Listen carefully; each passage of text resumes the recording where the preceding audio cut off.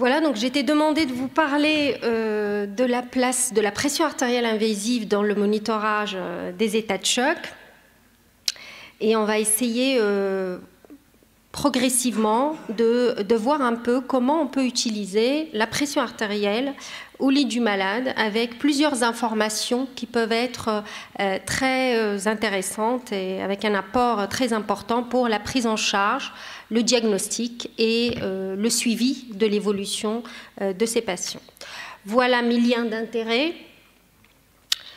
Alors, il faut savoir qu'il y a un rapport d'experts qui a été émis par un groupe d'experts de la Société européenne de réanimation, notamment la section cardiovasculaire, qui a émis un algorithme de prise en charge et notamment le monitorage hémodynamique au cours de la prise en charge des états de choc. Et voilà ce qu'il préconise en première ligne. Donc en première ligne, bien évidemment, l'examen clinique, il faut doser le lactate, parce que maintenant ça fait partie, notamment pour le choc septique, ça fait partie du diagnostic.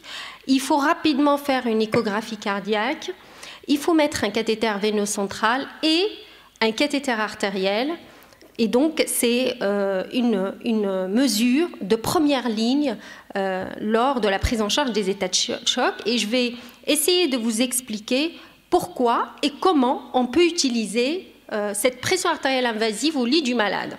On peut l'utiliser de plusieurs manières. La première, et la plus, à mon avis, la plus importante, c'est l'analyse des valeurs de la pression artérielle, mais une analyse statique de ces valeurs-là. On va aussi aborder l'analyse de la variation dynamique de la pression artérielle. Et je ne vais pas tarder sur cet aspect-là, mais juste quelques mots pour vous dire qu'on peut utiliser la pression artérielle et notamment l'onde de pouls pour extraire aussi le débit cardiaque, mesurer le débit cardiaque. Mais je laisserai après Xavier Monet, bien sûr, vous parler du débit cardiaque de façon plus détaillée. Donc pour les valeurs statiques, alors il y a plusieurs informations qui peuvent être dérivées donc, de la pression artérielle systolique, moyenne, diastolique et la pression pulsée. La pression artérielle systolique, il faut savoir, c'est un déterminant majeur de la post-charge. C'est quoi la post-charge? Quand on revient donc à la physiologie cardiovasculaire, la post-charge, elle peut être définie comme la charge contre laquelle le ventricule gauche va éjecter du sang. Et elle est mesurée selon la loi de Laplace comme donc cette stress pariétal, cette tension pariétale au niveau du ventricule gauche, c'est le ρ, qui est égal à la pression télésystolique du ventricule gauche multiplié par le rayon du ventricule gauche et qui est divisé par l'épaisseur de la paroi. C'est vraiment le stress de la paroi du ventricule gauche. Et il faut savoir que cette pression télésystolique du ventricule gauche, elle est l'équivalent de la pression systolique aortique qui peut être grossièrement estimée par la pression artérielle systolique périphérique qui est égale à 0,9 fois la pression artérielle systolique. Alors la pression artérielle systolique périphérique, c'est-à-dire celle qu'on mesure soit en radial, soit en fémoral ou même parfois par un brassard, est-ce qu'elle reflète vraiment la post-charge? On revient aussi à la physiologie de base, et ça c'est l'évolution et la propagation de l'onde de pouls de la partie donc centrale de l'aorte vers le périphérie, vers l'artère fémorale, vers l'artère aortique. Alors cette onde de pouls va se propager dans l'arbre vasculaire et il y aura ce qu'on appelle un phénomène de l'amplification de l'onde de pouls et on va avoir cette deuxième onde au niveau périphérique qui, comme vous voyez, quand on a des artères élastiques, donc d'élasticité normale chez les patients jeunes, non âgés, non hypertendus, eh ben, on a cette courbe-là au niveau périphérique et donc on a, comme vous voyez là, la systolique, en tout cas la pression artérielle systolique aortique, elle va être inférieure à la pression artérielle systolique fémorale et pareil, la radiale, elle va être supérieure à la fémorale. Donc, comme on se propage dans l'arbre vasculaire, eh ben, on va avoir cette augmentation chez les patients jeunes et avec des artères élastiques. On va avoir cette augmentation, cette amplification de l'onde de pouls. Et donc, chez les patients jeunes, la pression artérielle, la pression systolique aortique, elle est plus basse que ce qu'on mesure donc, au niveau périphérique, ce qu'on a au niveau fémoral ou radial. Par contre, chez les patients hypertendus, âgés, qui ont donc des artères rigides, ce phénomène il est très diminué parce qu'en fait il n'y a pas cette amplification très importante de l'onde de pouls à cause de cette diminution de l'élasticité de la paroi vasculaire, et donc on va avoir une pression systolique aortique qui est équivalente à ce qu'on va mesurer au niveau périphérique. Et donc, ce qu'on mesure au niveau périphérique chez ce type de patient, ce type de personnes, et je dis patients parce qu'en fait, c'est la majorité de nos patients, ils sont âgés, hypertendus, et ben, ça reflète la pression systolique aortique, et donc c'est un vrai reflet de la post-charge chez ces patients-là. Alors, le deuxième paramètre, c'est la pression artérielle diastolique, qui est déterminée par, tout d'abord, et une composante la plus importante, c'est le tonus vasomoteur. C'est vraiment le reflet du tonus vasomoteur, la pression artérielle diastolique. Ça a été démontré il y a quelques années dans cette étude avec Denis Chemla, Jean-Louis Teboul et Bouchra Lamien. Chez 67 patients de réanimation, on a en fait essayé d'établir une corrélation entre les résistances périphériques et la pression artérielle diastolique au niveau périphérique. Et bien, on a trouvé une corrélation significative entre la pression artérielle diastolique et les résistances périphériques, ce qui n'était pas le cas entre les résistances périphériques et la pression artérielle systolique ou les résistances périphériques et la pression pulsée. Donc ça réconforte dans l'idée que la pression artérielle diastolique, c'est quand même un reflet du tonus vasomoteur. Le deuxième déterminant, c'est la fréquence cardiaque. Alors, la fréquence cardiaque, il faut savoir que la tachycardie résulte théoriquement à des valeurs plus élevées de la pression artérielle diastolique en raison d'une durée plus courte de la diastole, ce qui empêche donc cette décroissance diastolique de la pression artérielle pour se terminer. Et donc, de façon contraire, eh ben, au cours de la bradycardie, donc à l'inverse, la bradycardie va résulter en une valeur de pression artérielle diastolique plus basse. Et donc la bradycardie peut être une cause de baisse du niveau de la pression artérielle diastolique. Le troisième déterminant de cette pression artérielle diastolique, c'est le degré de la rigidité artérielle. Et pour comprendre ça, il faut revenir un peu à la physiologie, et notamment la physiologie de l'onde de pouls. Et donc le cœur éjecte dans des artères qui sont normalement élastiques. Il faut savoir que ces structures élastiques vont amortir donc ce débit discontinu, donc cette éjection pulsatile, et ils vont stocker dans les parois donc une partie de pression qui va être restituée pendant la diastole, ce qui donc participe à la pression artérielle diastolique. Et donc, par conséquent, si on a des artères rigides, cette partie donc stockée qui est liée à cette élasticité de la paroi vasculaire va être diminuée, et donc la pression artérielle diastolique va être plus basse. Et c'est pour ça que chez les patients qui sont hypertendus, âgés, avec des artères rigides, on peut avoir des pressions artérielles diastoliques qui sont souvent, peuvent être plus basses. Mais il faut savoir quand même que, notamment quand on a des valeurs très basses de pression artérielle diastolique, inférieure à 45, inférieure à 40, c'est généralement lié à un bas tonus vasomoteur qu'à une bradycardie ou à des artères rigides. Alors donc, si ce qu'on était en train de dire, la pression artérielle diastolique, elle est quand même déterminée de façon prédominante par le tonus vasomoteur, donc c'est un vrai marqueur du tonus vasomoteur. Ça témoigne donc de composantes vasoplégiques, ça c'est d'un côté. D'un autre côté, c'est aussi la pression motrice de perfusion des coronaires du ventricule gauche. Comme vous le savez, les coronaires du ventricule gauche, leur perfusion se fait pendant la diastole.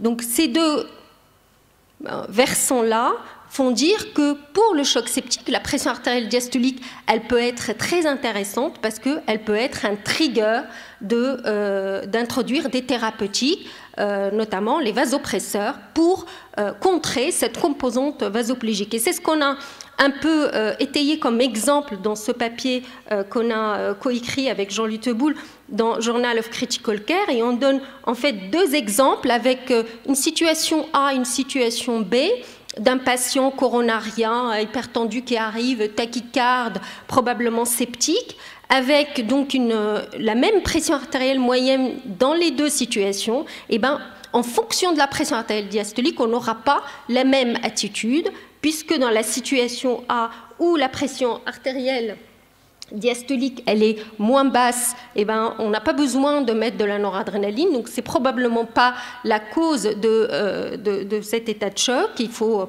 peut-être mettre des fluides, mais par contre, dans l'autre situation, la situation B où la pression artérielle diastolique elle est basse, et ben, c'est le traitement logique, c'est la noradrénaline. Alors un autre papier qui montre peut-être probablement de façon indirecte l'importance de la pression artérielle diastolique dans le choc septique, c'est une publication de 2018 qu'on a réalisée avec donc Bicêtre et quand j'étais avant à Béclair, donc avec Xavier Monet et Jean-Luc Teboul. On avait inclus 38 patients en choc septique. C'était vraiment la prise en charge très précoce du choc septique. Pendant les premières 3 heures, tous les patients ils étaient hypotendus. Donc on a regardé un peu la fonction cardiaque avant de corriger cette pression artérielle moyenne et après la correction de la pression artérielle moyenne en introduisant la noradrénaline, en augmentant les doses ou en introduisant la noradrénaline. Alors donc, bien sûr, on a corrigé la pression artérielle, comme vous voyez dans le tableau, mais pas que. On a aussi corrigé la diastolique, la pression artérielle diastolique qui était vraiment très basse chez ces patients-là. Et qu'est-ce qu'on a retrouvé? C'est qu'il y avait une amélioration significative de tous les indices de contractilité. Là, je vous montre juste la FEVG, mais on a aussi étudié aussi et examiné les indices de fonction systolique et diastolique du ventricule droit, et aussi le volume d'éjection. Et on a eu une amélioration donc, de tous les paramètres de contractilité et la fonction cardiaque. Un des mécanismes, c'est probablement aussi l'amélioration de la pression artérielle diastolique de façon très précoce.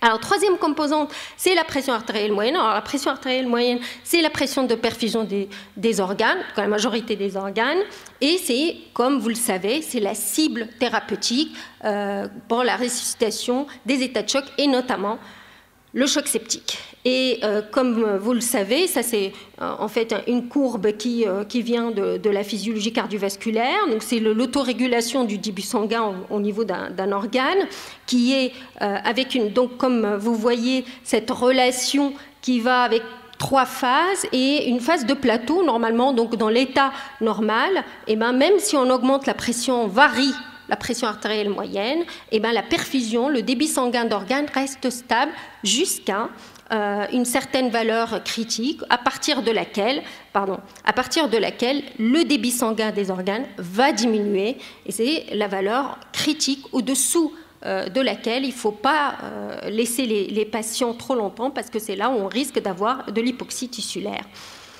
Et ce qu'il faut savoir, c'est qu'on n'a pas tous les mêmes courbes, et notamment chez les hypertendus, cette courbe, elle est plutôt, en tout cas, déviée à la droite, et donc une valeur qui tombe dans la phase de plateau pour un patient A, et ben un patient B hypertendu, elle va être dans la phase descendante, et donc être complètement inadaptée par rapport à son débit sanguin d'organes. Et c'est pour ça que c'est important, en fait, d'individualiser cette valeur de pression artérielle moyenne en fonction donc de l'état du patient. Alors aussi, il faut savoir que, en fait, on dit la pression artérielle moyenne, c'est la pression de perfusion. C'est en fait une simplification de la pression de perfusion d'organes, parce qu'en fait la pression de perfusion moyenne, elle est égale à la pression artérielle moyenne moins la pression veineuse centrale, qui est la pression de sortie des organes. Et généralement, effectivement, on estime que la pression de perfusion moyenne est égale à la pression artérielle moyenne quand la PVC est basse. Mais il faut savoir, quand la PVC est élevée, comme on l'a écrit dans ce papier revue de la littérature sur la PVC qui est paru il n'y a pas longtemps dans ICM, la PVC, donc, c'est un facteur qu'il faut prendre en charge, qu'il faut prendre en compte quand on a une pression à un niveau élevé, et donc pour augmenter probablement les valeurs cibles de la pression artérielle moyenne. Et ça a été démontré dans cette étude par Marley Sosterman.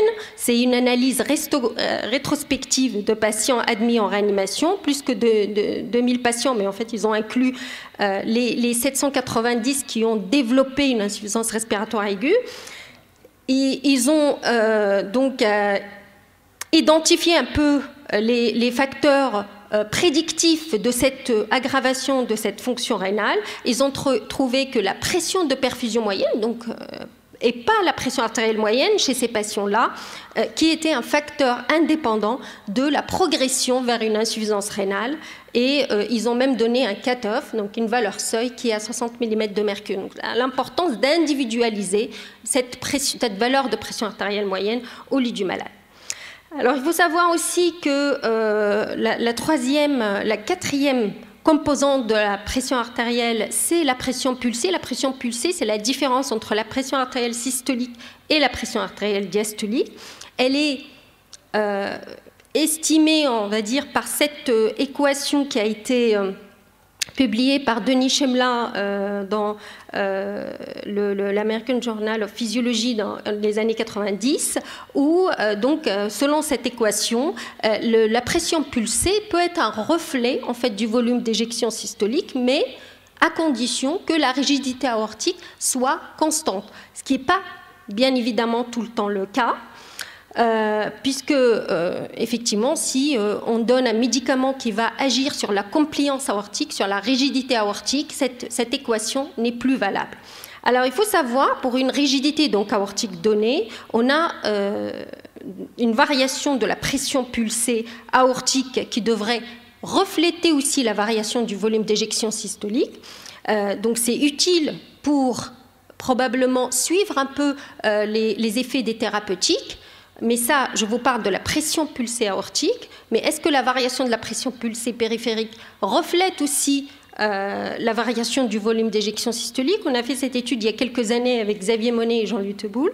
Donc on a essayé d'étudier cette corrélation entre la pression pulsée périphérique et le débit cardiaque après un remplissage vasculaire ou après l'introduction de la noradrénaline. Et la noradrénaline, comme vous le savez, va agir sur cette composante de rigidité aortique. Et ce qu'on a trouvé, c'est qu'on a trouvé une meilleure corrélation quand on introduit que du remplissage. La variation de la pression pulsée reflète plus la variation du débit cardiaque que quand on augmente le débit cardiaque par la noradrénaline. Et à ce moment-là, on n'a plus de corrélation. Donc, on peut l'utiliser, mais il faut laisser donc cette limite en backup. Alors, la deuxième manière d'utiliser la pression artérielle, comme je vous ai dit, il y a aussi cette analyse dynamique de la pression artérielle. Et donc, ça a été étudié depuis plusieurs années, maintenant plus que 20 ans. Comme vous le savez, à gauche, c'est à gauche, ouais.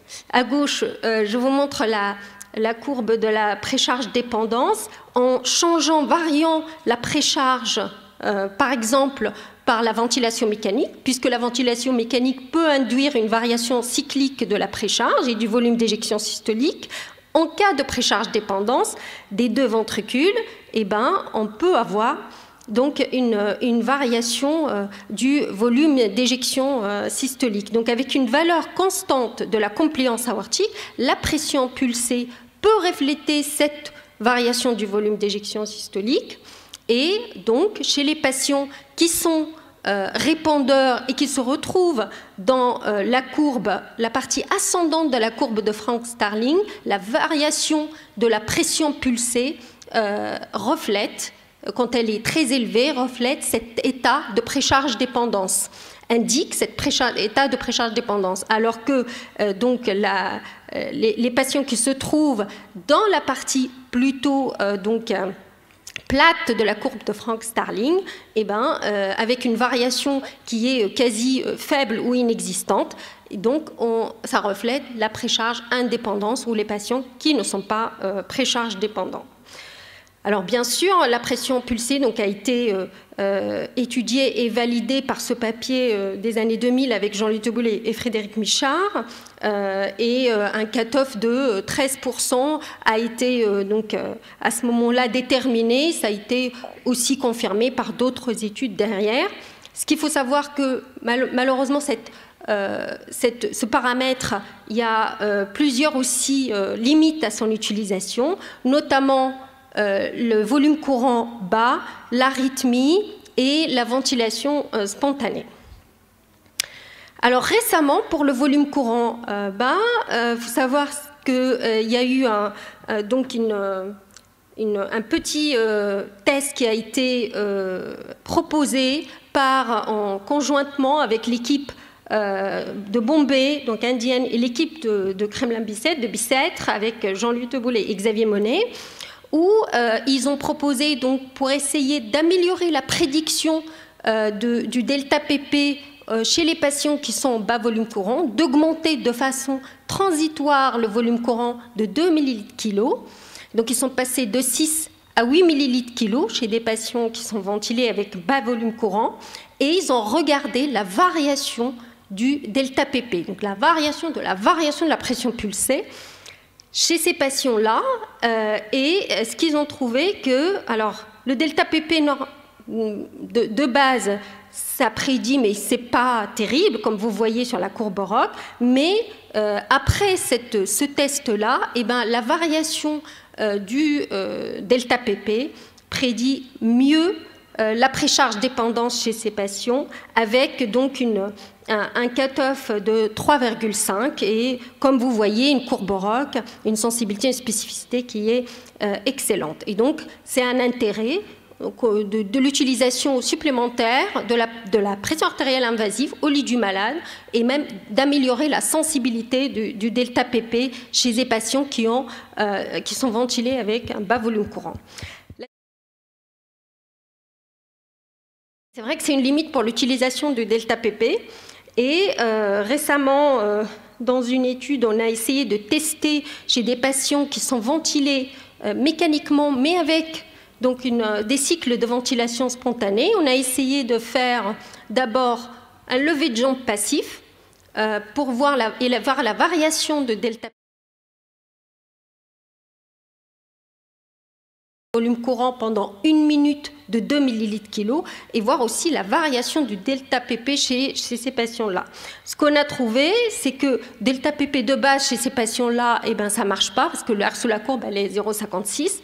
On améliore la sensibilité quand on utilise le Tidal Volume Challenge ou le lever de jambe passif. Et donc, quand on regarde cette variation du delta PP, soit suite au volume, l'augmentation du volume de façon transitoire, ou suite au lever de jambe passif, on a une meilleure prédiction de la précharge dépendante. Donc, ça peut être un moyen, quand on n'a pas aussi de mesure de débit cardiaque, pour déterminer chez ces patients-là la précharge dépendance.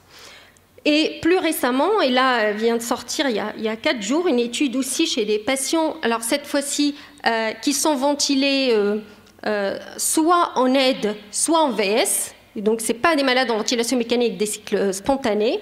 Et on a essayé de voir la variation, soit du delta PP après un lever de jambe ou de la valeur de la pression pulsée après un lever de jambe. Et ce qu'on a trouvé aussi chez ces patients, c'est qu'on a une meilleure, en tout cas, capacité de prédire la précharge dépendance chez les patients avec l'examen en tout cas l'augmentation de la pression pulsée après un lever de jambe avec un cut-off de 2 mm de mercure. Quand on lève le jambe du patient, qu'on a une pression pulsée à une valeur qu'elle augmente de plus que 2, le patient probablement est précharge dépendante. Alors l'air sous la courbe, elle n'est pas parfaite, c'est vrai, parce qu'elle est à 0,78, mais elle est meilleure de ce qu'on a vu.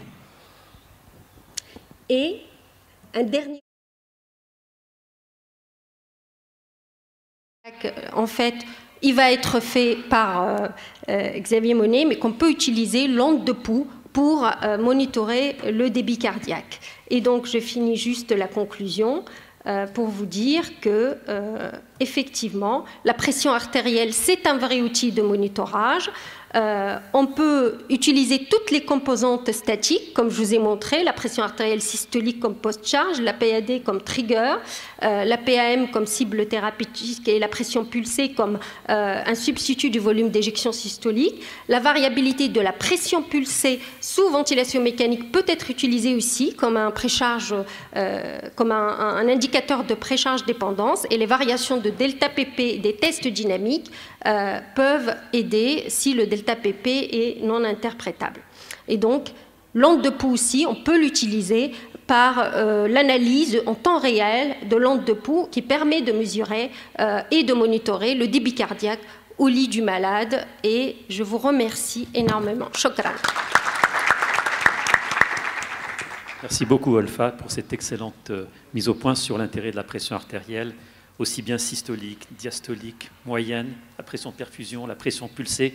C'est tous des éléments qui nous interpellent au cours de la prise en charge des patients en état de choc. Est-ce qu'il y a des questions dans la salle?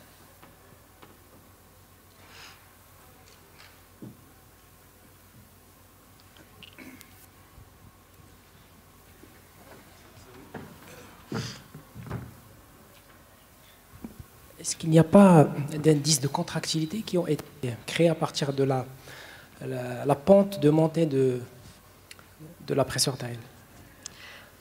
Vous parlez d'épidémax Oui. Chez les patients qui sont monitorés par thermodulution transpulmonaire, donc un moniteur du débit cardiaque. En tout cas, on ne peut pas l'utiliser avec juste une pression artérielle invasive. Hein. Sans thermodulution, juste sur... Non, et puis ça ne marche pas. Ouais. Merci beaucoup, Olfa, pour cette présentation d'une clarté exceptionnelle. Moi, je poserai une question un petit peu terre à terre. Donc, ce que j'ai retenu par rapport à la pression artérielle, c'est qu'il y a une urgence à mettre la noradrénaline dans un choc septique pour les buts de PAM recommandés, dès qu'on a une diastolique inférieure à 45-40, et que cette même noradré a un effet réel inotrope, c'est-à-dire que dans la phase initiale du choc septique, après ce que tu nous as dit, elle améliore de façon significative les données de fonction systolique du ventricule gauche. Et donc, c'est vraiment un message très important dans le sens où il ne faut pas se précipiter chez des malades comme celui que tu as présenté, le cas clinique où tu nous as dit que le patient était à moins de 40 de diastolique, avec une fréquence cardiaque qui est élevée à 120, probablement aussi dans un contexte d'hypovolémie.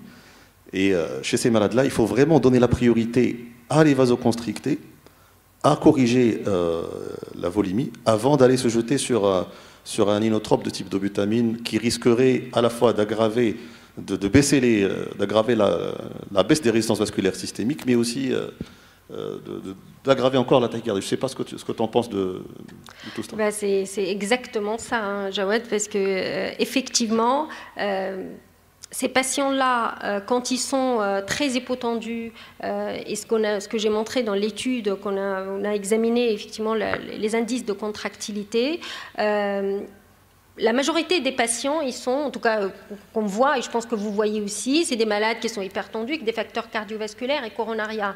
Donc dès qu'on a un tonus vasomoteur qui est bas, avec une pression artérielle diastolique basse, et ben ça va les mettre effectivement face à un risque très élevé d'ischémie coronarienne et d'aggravation de la fonction contractile. Et donc le mécanisme, c'est plutôt la vasoplégie que la contractilité de la pompe en elle-même initialement. Après, je ne dis pas que, bien évidemment, hein, dans le choc septique, il y a aussi les cardiopathies septiques qu'on peut détecter, mais avec, bien sûr, d'autres critères. Et je ne dis pas que la dobutamine, on l'utilise jamais chez ces patients-là. Il y a des indications, même si je trouve que c'est quand même un traitement assez dangereux et qu'il faut le tester vraiment progressivement. Hassan ? Oui. Merci Olfa pour la pédagogie, la didacticité du topo. Moi, j'ai été interpellé par la première partie et la première moitié de la conclusion. On parlait de l'invasif, mais c'est un message qui est très très fort pour tout patient en état critique, qu'il soit en préhospitalier ou aux urgences, sur de la pression non invasive.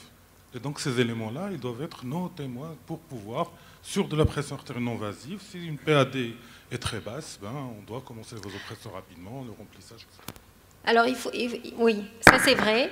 Il faut juste savoir qu'il faut aussi se mettre dans les conditions où on a une pression artérielle, en tout cas qu'on prend par le brassard. Il y a des conditions où elle n'est pas très fiable et on peut ne pas avoir des valeurs très, en tout cas, fiables de la pression artérielle diastolique. Donc c'est pour ça qu'effectivement, une artère, c'est toujours plus fiable chez ces patients-là. Oui, merci. Oui, c'est une bonne question. C'est ce que je voulais répondre. La diastolique, elle est moins fiable avec le non-invasif. La moyenne, elle l'est. La moyenne, elle l'est. Et c'est très important. La moyenne, non-invasif, invasif, c'est la même. Et c'est très, très, très important. Condition, bien sûr, que l'invasif soit au bon niveau du capteur, enfin que le capteur soit au bon niveau. Et d'ailleurs, une façon pratique de fixer la bonne position du capteur externe quand on utilise un cathé artériel, c'est en fait d'avoir une non-invasive en même temps. On détermine la moyenne. Une fois qu'on a déterminé la moyenne, on essaie de positionner le capteur de façon à ce que la moyenne soit identique en non-invasif et en invasif. C'est un petit moyen simple d'avoir une bonne position du capteur, exactement. En termes de hauteur, bien sûr. Et après, une fois qu'on a l'invasive, on peut se passer de la non-invasive. Donc la moyenne sert à calibrer, la moyenne du non-invasif sert à calibrer l'invasif. Je voudrais peut-être amener un tout petit commentaire. Pour la prise de la pression artérielle, on essaie à chaque fois de prendre l'axe artériel le plus perméable.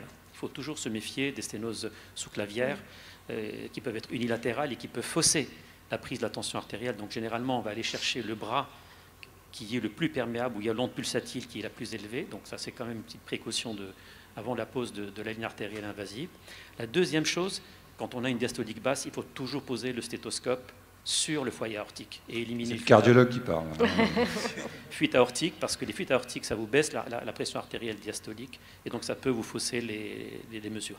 J'étais vraiment agréablement, et je souscris parfaitement à ce que vous avez dit sur la pression de perfusion. C'est énorme. Et ça, c'est un des take-home messages, parce que pour les plus jeunes, on est tous fixés, on vous apprend beaucoup à utiliser la PAM à 65 mm du mercure, qui est le gold standard. Attention à la PVC. Et il faudrait que votre PAM soit la différence, que votre pression de perfusion, la pression avec laquelle vous allez pénétrer dans le rein ou dans le foie, soit de 60 mm de mercure, donc défalquée de la PVC. Si vous avez une pression veineuse centrale à 20 mm de mercure, ça peut se voir dans des situations d'insuffisance ventriculaire droite. C'est easy de les voir, des PVC à 20. Si vous avez une pression artérielle moyenne à 65, vous n'allez pas avoir de diurèse. Il faut aller à 80 de pression artérielle moyenne. Donc, essayez de toucher. Alors, ça pose bien sûr la problématique des IVD isolés, comment on va précharger un VG sur une dysfonction droite isolée. Donc, c'est une autre problématique. Enfin, gardez toujours en mémoire que votre pression artérielle moyenne, ce n'est pas 65 tout le temps. C'est comment il est votre cœur droit. S'il y a de la congestion rénale, s'il y a de la congestion hépatique sur dysfonction droite, vous devez augmenter votre pression artérielle moyenne. Je peux rajouter un truc. Oui. Je suis complètement d'accord. Mais c'est bien évident que je suis d'accord avec ça, parce que c'est un point sur lequel on insiste, nous, à Bicêtre, et maintenant à Reims, de façon très, très, très, très appuyée, de prendre en compte la pression d'aval, c'est-à-dire en gros la PVC, pour déterminer la pression moyenne. 60 qui a été trouvée donc, par une équipe britannique. C'est le cut-off qu'ils ont trouvé. Maintenant, bon, ça peut être un peu variable. Mais une des façons aussi, c'est soit d'augmenter la PAM, mais soit plus astucieusement d'essayer de baisser la PVC. C'est pas facile de baisser la PVC. Parce que, bon, on a beau dire, mais ultrafiltration, tout ça, c'est pas très très simple. Une autre façon, c'est de se réfléchir sur la PIP, la pression positive de fin d'expiration. Parfois, nos patients ont de la pression positive de fin d'expiration, qui va automatiquement influencer la PVC. Et parfois, eh bien, il y a trop de PEP, il y a trop de PEP, et à ce moment-là, trop de PEP. On peut éventuellement essayer de baisser la PEP, qui va faire baisser la PVC, et ça peut améliorer la pression de perfusion moyenne, c'est-à-dire PAM moins PVC, sans avoir forcément besoin d'augmenter la PM. Maintenant, bien évidemment, il faut voir le côté respiratoire, si la baisse de la PEP induit ou pas aggrave l'hypoxémie. Oui, il y a toujours une balance bénéfice-risque, il y a toujours une évaluation à faire de cette balance, et tester les choses, et voir un petit peu quelle est la meilleure option. Donc on applaudit Dr Olfa Hamzaoui, qui est professeur maintenant